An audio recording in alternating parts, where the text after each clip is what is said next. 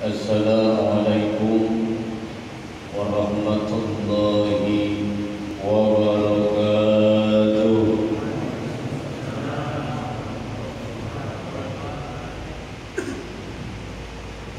Alhamdulillah, assalatu wassalamu ala rasulillah Sayyidina Muhammad ibn Abdullah wa ala alihi wa sahbihi wa mawala wa la hawla wa la quwwata illa billah. Amma ba'd. Yang saya hormati dan saya muliakan orang tua kita yang pada saat ini sedang berkunjung ke kampung halaman Abah Haji Buyung. Mudah-mudahan beliau dijaga oleh Allah, amin. Berikan kesehatan, amin. Panjangkan umur dalam taat ibadah kepada Allah Subhanahu wa taala, amin ya rabbal alamin. Begitu pula keluarga besar beliau, istrinya, anak-anaknya Allah jaga. Karena wasilah beliau kita bisa kumpul bersama di satu haflah mubarakah taklim malam Jumat. Mudah-mudahan ini semua amal ibadah nanti akan beliau terima di hadapan Allah Subhanahu wa taala, amin ya rabbal alamin. Begitu pula yang saya muliakan para kiai, para tuan guru, para asatid, para haji, para tokoh masyarakat hadirin jamaah taklim malam Jumat Masjid Al-Furqan Bandara Soekarno-Hatta. Mudah-mudahan munajat kita pada malam ini, apa yang kita mohonkan kepada Allah, Allah ijabah, amin. Karena musibah terbesar bagi seorang hamba adalah tatkala Allah berpaling darinya. Maka kalau Allah berpaling darinya, kalau Allah sudah mencuekin dirinya, enggak mau memandangnya, ini musibah terbesar dalam kehidupan seorang hamba. Maka kita munajat kepada Allah, kita mohon kepada Allah agar seluruh perkara ibadah yang kita lakukan dan seluruh doa yang kita panjatkan diterima dan diijabah oleh Allah Subhanahu wa taala, amin ya rabbal alamin. Hadirin kaum muslimin rahimakumullah, ada sebuah doa. Doa ini masyhur dia, dan doa ini mudah sekali kita hafal. Bukan karena redaksi kalimatnya pendek, tapi doa ini terngiang selalu dalam kuping kita. Bahkan doa ini menjadi bumbu penyempurna di setiap kita munajat. Baik kita munajat setelah sholat 5 waktu, baik kita berdoa dengan tahajud tengah malam, baik kita berdoa setelah sholat duha. Di semua aktivitas kita berdoa, doa ini penyempurna. Hampir dalam setiap penutup doa itu pakai doa itu. Sepanjang apapun doa kita, sebanyak apapun permohonan yang kita minta kepada Allah, toh kembalinya penutupnya doa ini.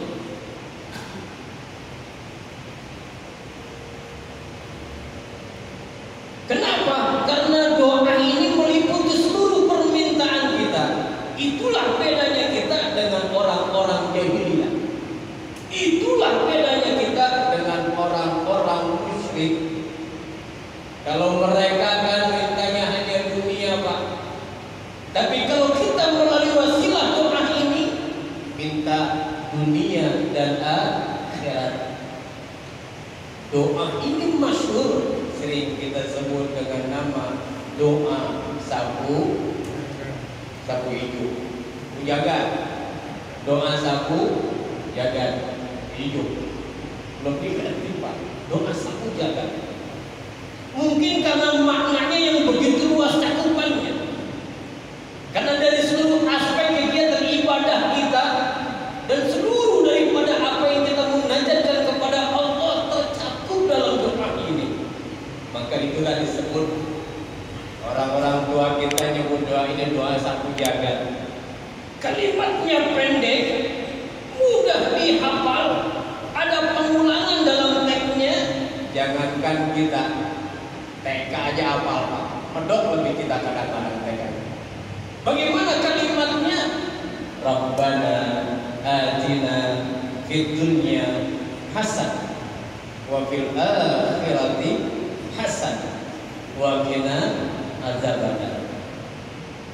Insyaallah inilah bahan kita dalam pertemuan taklim kali ini. Hadirin kaum muslimin rahimakumullah. Para ahli mufassirin di dalam menafsirkan doa pendek tapi luar biasa ini, walaupun terkadang ahli mufassirin menghindari kalimat tafsir. Ahli mufassirin terkadang menghindari kalimat tafsir di dalam menafsirkan kalam Allah. Kenapa? Karena jauh maknanya tatkala makhluk menafsirkan kalam Rabbnya. Tetapi itulah ilmu. Mufassirin menghindari kalimat tafsir, tidak akan pernah sempurna menafsirkan kalamnya dengan sesuai keinginan apa yang dimaksud olehnya. Karena dia adalah Rabb dan kita adalah makhluk.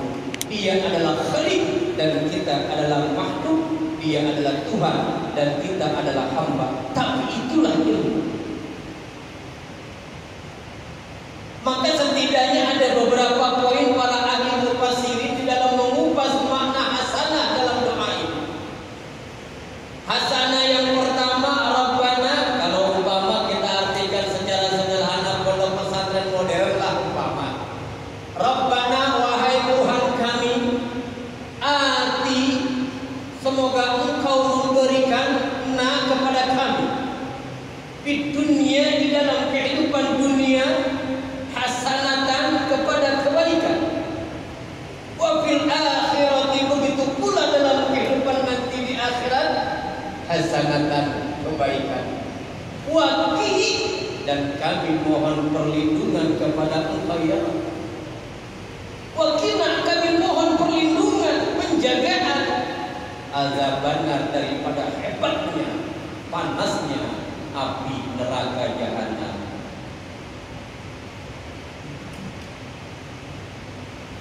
Di dalam kalimat lafaz hasanah, ahli mufassirin setidaknya beberapa poin memasukkan munajat kita dalam setiap doa kita.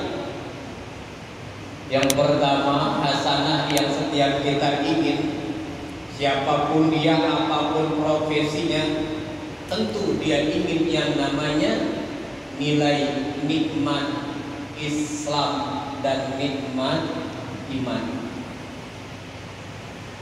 Poin pertama dari hasanah itu kita menginginkan nikmat iman dan Islam. Sering kita dengar di setiap mukadimah apapun konteks acaranya, kalau itu acaranya acara umat Islam, pasti itu yang namanya pembawa acara, yuk kita bersyukur kepada Allah karena kita telah diberikan nikmat iman dan Islam. Dan ini nikmat terbesar dari seluruh nikmat. Kenapa? Karena apakah artinya sebuah jabatan, pangkat dan kedudukan? Apa artinya harta berlimpah, rumah mewah, kalau tidak dibungkus dan dibalut dengan nilai-nilai keimanan dan keislaman? Karena nilai iman dan Islam adalah perkara yang terindah nanti kita persembahkan kepada Allah. Karena itulah merupakan mutiara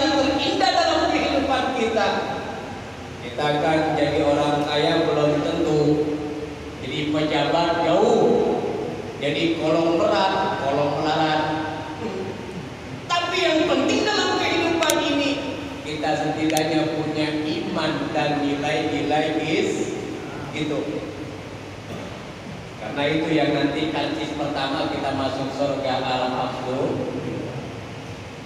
Yang kedua, hasanah kita ingin bukan hanya iman dan Islam, tetapi kita ingin diberikan umur yang barokah.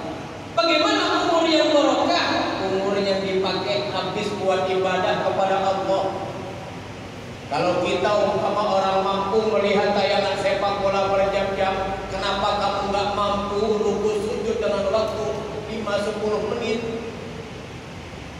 Kalau kita masuk ke tempat olahraga, Pak, itu binaragawan, ototnya gede-gede, segede,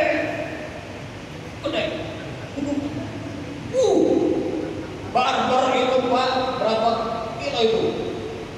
Oh, mampu diangkat berulang-ulang tuh barbar. Tapi belum tentu dia mampu mengangkat kedua tangannya untuk mengucapkan takbiratul ihram. Betul. Allah suruh kejurit deh yang aja hati-hati dia dulu ayana sholat atau makin hangat Pak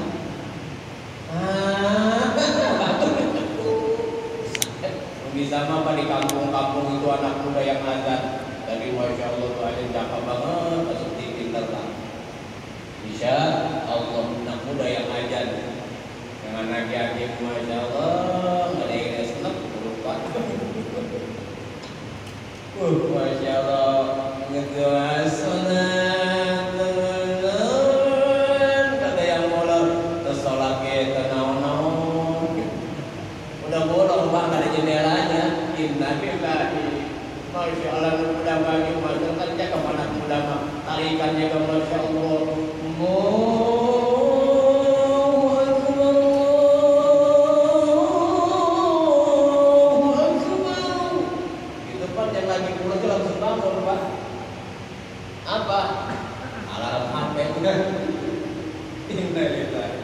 Nah, kembali kepada persoalan kita. Maka keberkahan umur kita ini apa? Kita itu ringan sama Allah dibimbing untuk ibadah kepadanya. Artinya dari sekian 24 jam nikmat umur yang Allah berikan, itu setidaknya separuh kita pakai sujud menyembah Allah Subhanahu wa ta'ala. Apalagi hasanahnya diberikan keluarga sakinah mawaddah warahmah. Karena kalau orang sudah punya keluarga yang tidak sakinah mawaddah warahmah, terkadang maaf Pak, 1000 maaf. Sekuat apapun imannya, sedalam apapun ilmunya, Khalifah Sayyidina Umar diomelin bininya diam aja Pak. Ada sahabat mau ngadu kepada Sayyidina Umar, minta nasihat beliau kan seorang khalifah ini sahabat lagi pusat Pak rumah tangganya berangkat dia ke rumah Khalifah Umar. Begitu sampai di halaman rumah Sayyidina Umar, dia mendengar ada suara-suara yang sedikit gaduh.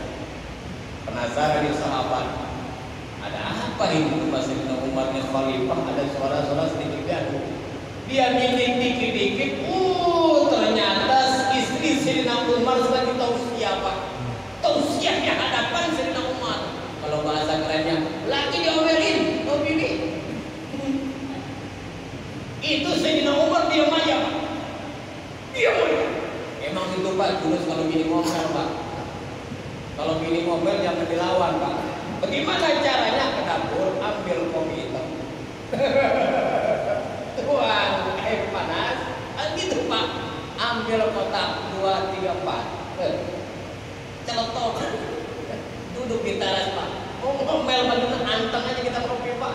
Biarin, memang begitu. Kenapa? Karena kalau umpama dirupiahkan, gak mampu kita suami membayar daripada kelelahan istri kita Pak.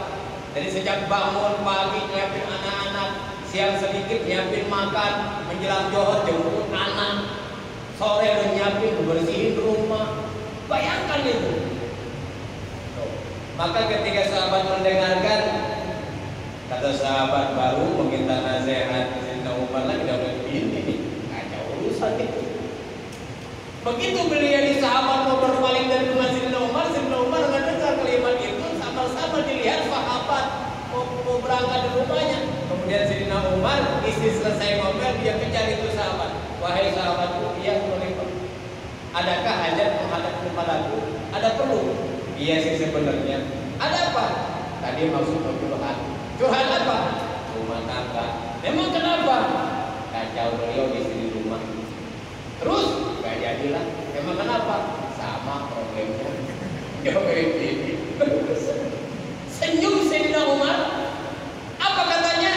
Wahai sahabatku, tatkala istrimu mencurahkan seluruh keluh kesah dalam kehidupannya, mengeluarkan seluruh unek-unek di dalam kehidupannya, itu sebenarnya merupakan obat baginya untuk membayar daripada beratnya dia mengurus rumah tangga. Tuh begitu Pak perempuan mah. Karena kalau ngomel kita lawan, kita satu kata, dia mah 1000 kata Pak. Habis kita mengurus. Perempuan, maka diamkan saja. Itu merupakan satu amal ibadah. Kita diam menyenangkan hatinya. Jadi pendengar yang baik, duduk manis Pak, diam aja. Insya Allah itu menjadi obat bagi istri itu. Kenapa? Khalifah mencontohkan. Maka dalam hasanah ini kita ingin bahwa kita adalah menjadikan dan dijadikan keluarga kita sakinah mawaddah warahmah. Dan yang terakhir hasanah di dunia apa? Kita ingin menghadap kepada Allah dalam keadaan husnul khotimah. Tuh kira-kira sempurna ada tuh itu kalau umpama 4 poin itu kita diberikan oleh Allah. Alhamdulillah. Yang kedua, wa fil akhirati hasanah. Dan begitu pula ya Allah berikan saya kebaikan di akhirat nanti. Apa hasanah di akhirat? Ahli mufassirin tidak jauh-jauh menafsirkannya. Apa itu? Nanti di akhirat hasanahnya kita mendapatkan ridho Allah dengan dimasukkan ke dalam surganya. Alhamdulillah. Amin ya rabbal insya Allah. Tapi ada muatan terakhir dalam doa ini Pak. Apa itu? Waqina adzabannar. Kita ingin hasanah dalam kehidupan dunia, kita ingin hasanah nanti di akhirat.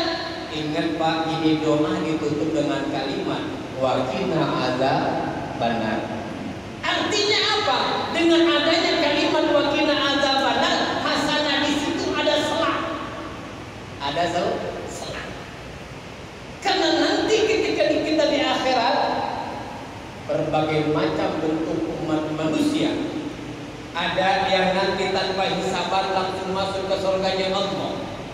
Ada yang nanti dihisab cuma lolos masuk ke surganya Allah. Dan juga ada nanti umat Rasulullah yang dia dihisab nyangkut transit ke dalam neraka. Na'udzubillah min. Maka penutup doa ini sangat sempurna. Artinya apa? Kita ingin kita itu dihisab ya dihisab, karena itu merupakan keyakinan salah satu iman kita, meyakini ada yang namanya hari hisaban. Tapi walaupun dihisabnya kita ingin lolos dan kita diselamatkan, jangan sampai transit walaupun sebentar ke dalam nerakanya Allah. Na'udzubillah min. Sekarang kan Pak zaman lagi ngetren, masya Allah banyak orang yang berani-berani nantang azab Allah. Ngeri Pak kalau lihat itu informasi itu, masya Allah. Jangan melecehkan agama, jangan menantang azab Allah, jangan. Kenapa? Karena azab Allah ketika malaikat Jibril mendapatkan permohonan dari Nabi Allah Adam alaihissalam. Ketika Nabi Adam diturunkan ke muka bumi, kan belum ada fasilitas lengkap Pak, termasuk api untuk memasak. Munajat Nabi Adam meminta kepada Allah sarana api, dipanggil malaikat Jibril. Ya Rabb, kasih Adam api. Api apa Rabb? Api neraka. Siap. Berangkat malaikat Jibril ke neraka, ketemu sama CS, malaikat Malik. Bahasa kita, ada apa Bil? perintah tumben sini. Suruh minta api sama Allah. Buat apa? Buat Nabi Adam, asal di dunia nggak ada fasilitas. Kata malaikat Jibril, kau mau minta api neraka? Betul. Kalau andaikan kata sedikit saja api neraka diletakkan di bumi, bukan hanya buminya sama Nabi Adamnya lebur. Waduh, jangan waduh, yang benar. Terus bagaimana nih? Bahasanya sih baranya aja dah, jangan apinya. Baranya aja. Boleh dah baranya. Bangsa sekepel mah, sekepel Alicia. Jangankan sekepel Brio, sebesar biji jeruk, katakanlah sebesar beras, itu mampu meluberkan gunung-gunung yang ada di muka bumi. Waduh lagi. Terus gimana? Ini aja kita malaikat Malik, nanti gua kasihlah sedikit bara api neraka sebesar biji lah. Nanti direndam dulu dengan ribuan tahun, begitu kelihatannya aman, baru ambil begitu. Kemudian itu bara api sebesar beras itu direndam ribuan tahun atas izin Allah, udah merasa aman, baru malaikat Jibril bawa itu bara api. Awalnya diletakkan di atas gunung berterpak, masih ada hawanya. Maka menurut hikayat ini, gunung-gunung tuh yang mengeluarkan magma, yang mengeluarkan lava sampai meluber, yang merahnya marom, itu sisa apa? Dari baratnya api neraka. Tuh. Makanya jangan saling menantang daripada apa yang telah menjadikan murka Allah Subhanahu wa taala. Maka penutupnya kalimat ini, wa inna ada banan. Indah Pak. Di dunia kita punya iman dan Islam, diberikan umur yang barokah, mau taat kepada Allah, diberikan rezeki yang barokah, diberikan keluarga sakinah mawaddah warahmah, diberikan wafat dalam keadaan husnul khotimah. Dan di akhirat nanti hasanahnya dimasukkan ke dalam surganya Allah Subhanahu. Inilah orang yang dimaksud dalam surat Lam Yakunir atau surat Al-Bayyinah. Radhiyallahu anhum wa radu'an. Allah ridho kepada mereka dan mereka ridho kepada Allah Subhanahu di dunia wal akhirah. Nah, menurut baginda Rasulullah sallallahu alaihi wasallam, apabila seorang hamba akan mendapatkan hasanah di dunia dan hasanah fil akhirah dan waqina azabannar, baginda Rasul memberikan 4 kategori. Apabila 4 ciri ini ada di seorang hamba, maka kata baginda Rasul, hamba ini akan mendapatkan di dunia wal akhirah. Yang berapa ya? Lagi nanti mau doa aja, mau ambil doa aja nanti ya. Ya. Bagaimana tadi? Bagaimana? Apa sih enak dari orang Pak? Saya panjang pasal. Emang lagi kurang sedikit ini. Masyaallah, tapi lebih jamaah, kangen juga dengan apa haji. Terakhir kemarin istiqam gitu ya, lupa itu setelah ada ya. Iya, sampai di antara mabani kita papar, isi lagi belum lagi kepada insyaallah dari amin. Baginda Rasul memberikan satu gambaran 4 ciri kepada seorang hamba. Kalau dia punya 4 ciri ini, maka hamba ini akan mendapatkan hasanah di dunia wal akhirah. Apa yang pertama? Kata baginda Rasul, ciri orang mendapatkan doa ini. Kata beliau, man utiya qalban syakiran, itu utiya khairan fid dunya wal akhirah. Yang pertama, barang siapa orang yang Allah berikan dia qalban, hati yang syakiran, yang pandai bersyukur kepada Allah, maka kata baginda Rasul, utiya di dunia wal akhirah, maka dia akan mendapatkan kebaikan, mendapatkan kebahagiaan di dunia wal akhirah. Qalban syakiran, hati yang pandai bersyukur. La in syakartum la azidan wa la in kafartum inna adzab. Jangankan kiai Pak, Kang Ojek apal ini Pak Quran. Kang Ojek Pak, apal ini Quran. La in syakartum la azidannakum wa la in kafartum inna adzabi lasyadid. Salat malam itu. Siapa orang yang bersyukur kepada nikmat Allah ditambah. Ini yang ngomong bukan lurah, yang ngomong bukan PRT, yang ngomong bukan pejabat. Ini yang ngomong Allah Subhanahu. Janji Allah, innaka la tukhliful. Makanya syukur itu poin pertama bagi kita tempatkan. Kenapa? Karena kalau hamba sudah bersyukur, ditambah semua Pak. Dikasih harta bersyukur. Lain syakartum la azidannakum, ditambah hartanya. Dikasih umur bersyukur, ditambah umurnya panjang. Tuh. Dikasih jabatan bersyukur, ditambah jabatannya hasanah. Tuh. Dikasih rasa taat kepada Allah, bisa sujud, bisa ruku, bisa menyembah Allah, bersyukur dengan itu, ditambah ketaatan sama Allah.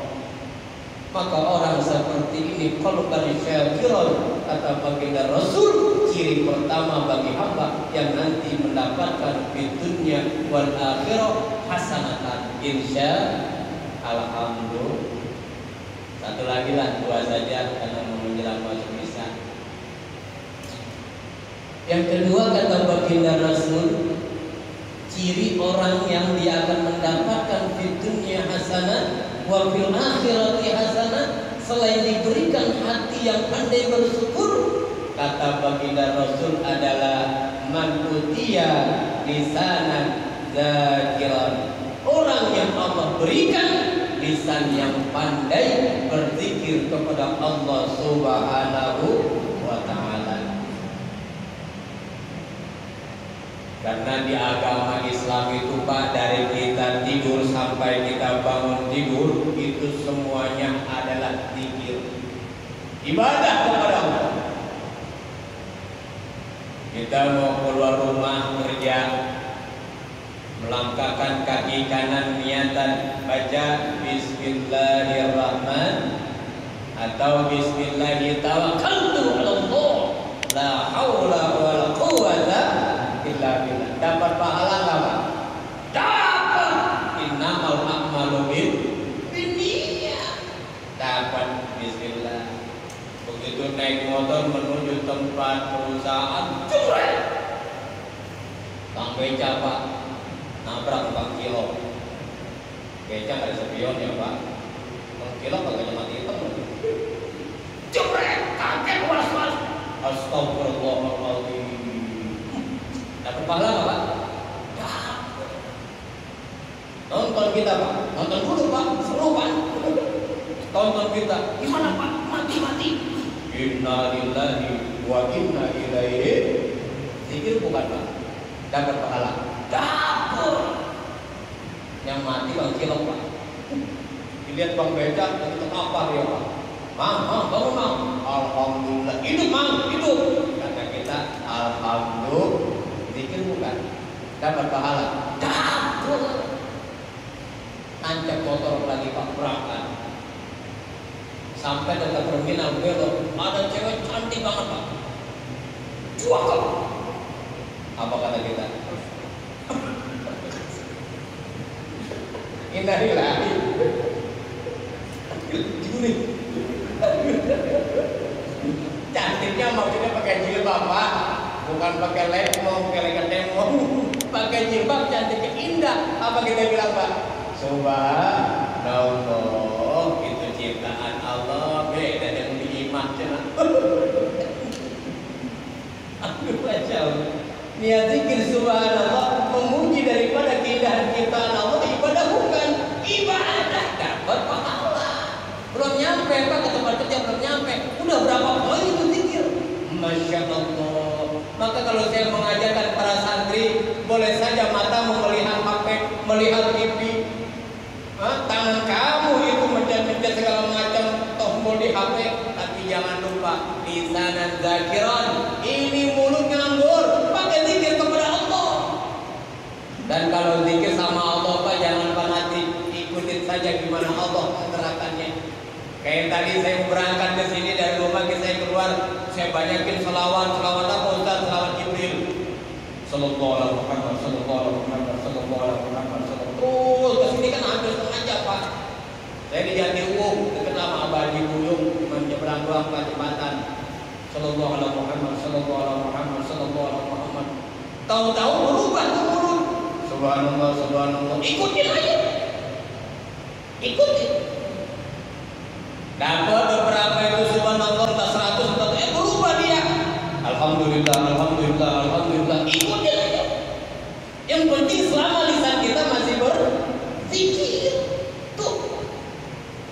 Begitu sampai kita di perusahaan, assalamualaikum, salam, selamat sama teman-teman, alhamdulillah sehat, sehat, alhamdulillah. Zikir. Karena semua aktivitas yang kita lakukan, kalau diniatkan ibadah kepada Allah, jangankan perkara-perkara yang kita anggap tidak punya nilai, justru perkara sekecil apapun terkadang itu mampu menggoncang aras Allah. Tuh, karena banyak kisah-kisah cerita para wali Allah masuk ke dalam surganya Allah dari perkara hal kecil. Ingat kisah daripada Imam Ghazali, ya Rabb, kenapa kau mendapatkan begitu banyak nikmatmu? Dikisahkan kepada kau. Bukan karena karangan kitabnya, bukan karena hebatnya ibadah, tapi karena Imam Ghazali ikhlas ketika beliau mengarang kita. Hamba Allah yang bernama lalat minta minum kita. Dan ada juga wali Allah yang menyelamatkan seekor kucing dari banjir, diangkat kucing itu dilelap dengan sorbannya sampai kering, kemudian kucing itu dilepas. Banyak. Maka jangan sampai lewat hal kecil kalau itu bernilai ibadah. Insya Allah dari hal kecil itu dapat menggoncang aras Allah, turun ridhonya Allah Subhanahu. Karena kalau sholat tentulah kita bayar, tapi mudah-mudahan dengan ibadah yang spontan, ibadah yang kita pandang sepele, justru itu yang nanti akan memberatkan daripada amal ibadah kita di hadapan Allah Subhanahu wa Ta'ala. Ya, itu sajalah apa yang dapat saya sampaikan. Mudah-mudahan jadi itibar dan motivasi bahwa kita sadar betul dalam kehidupan ini kita ingin mendapatkan di dunia hasanah wa fil akhirati hasanah, dengan berus wa qina adzabannar, dijaga daripada siksa hebatnya neraka jahanamnya. Allah Subhanahu wa Ta'ala berikan taufik wal hidayah. Wassalamualaikum warahmatullahi wabarakatuh.